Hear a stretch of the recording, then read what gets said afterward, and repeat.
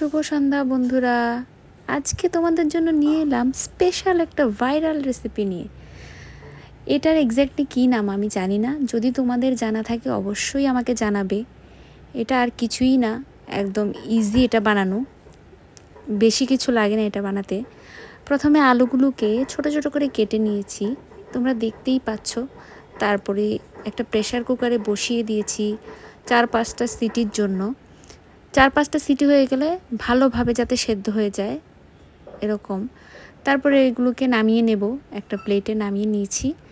নামিয়ে নিয়ে ভালো করে এগুলোকে মেশাতে হবে, মিক্সড করতে হবে, একদম ভালো মিশিয়ে নেওয়া যায় তাহলে ভালো হয়। আমি প্রথমে যেহেতু গরম ছিল চামচ দিয়ে করেছি, তারপরে হাত দিয়ে করেছি। তারপরে হাত দিয়ে করার পর এটাতে দিয়ে দিলাম কর্নফ্লাওয়ার। আমার ঘরে কর্নফ্লাওয়ার সেরকম ছিল না, সেজন্য আমি একটু ময়দা মিশিয়েছি। তোমরা চাইলে শুধু কর্নফ্লাওয়ার দিয়েও করতে পারো।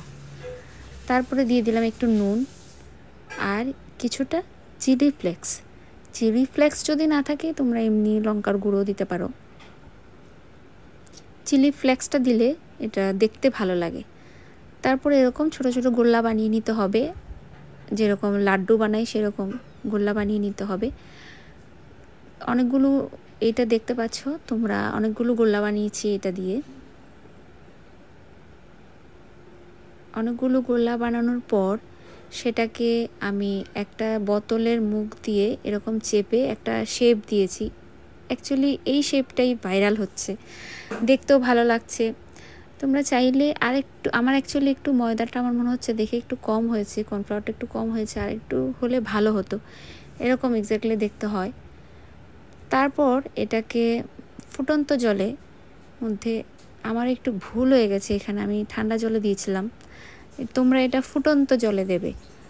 ফুটন্ত জলে দিলে তাহলে এগুলো আর লেগে লেগে যায় না। ফুটন্ত জলের মধ্যে এগুলো ছেড়ে দেবে, দিয়ে ভালো করে কিছুক্ষণ একটু ফুটিয়ে সেদ্ধ করে নিতে হবে এগুলোকে ভালো করে। 5 মিনিটের মতো সেদ্ধ করলেই হয়ে যায় অলমোস্ট। সেদ্ধ করার পর এটাকে একটু ঠান্ডা জল দিয়ে আবার এটা দিয়ে দিতে হবে এটার মধ্যে ঠান্ডা জল। তারপর কিছুই না, একটা প্যান বসিয়ে তাতে দিয়ে দিলাম রসুন কুচি। রসুন কুচি দেওয়ার পর দিয়ে দিয়েছি লঙ্কা কুচি, পেঁয়াজ কুচি। এগুলো দিয়ে একটু ভেজে নিতে হবে হালকা করে, একটু নুন দিয়ে দেব, হালকা করে ভেজে নিতে হবে। তারপরে এটার মধ্যে বাকি কিছু জিনিস আরও মেশাতে হবে। দিয়ে দিলাম একটু ভালো করে নেড়ে চেড়ে, এটাতে দিয়ে দিলাম একটু টমেটো সস আর একটু সয়া সস। কোরিয়ানরা যেটা খেয়ে থাকেন, চাইনিজরা যেটা খেয়ে থাকেন, আমার খুব ভালো লাগে এগুলো খেতে। তারপর এটা জাস্ট একটু মিশিয়ে নিয়েছি হালকা করে জাস্ট মিশিয়ে নিয়েছি। প্রত্যেকে দিয়ে দিলেও হয়। আর দিয়ে দিচ্ছি কিছুটা ধনেপাতা কুচি।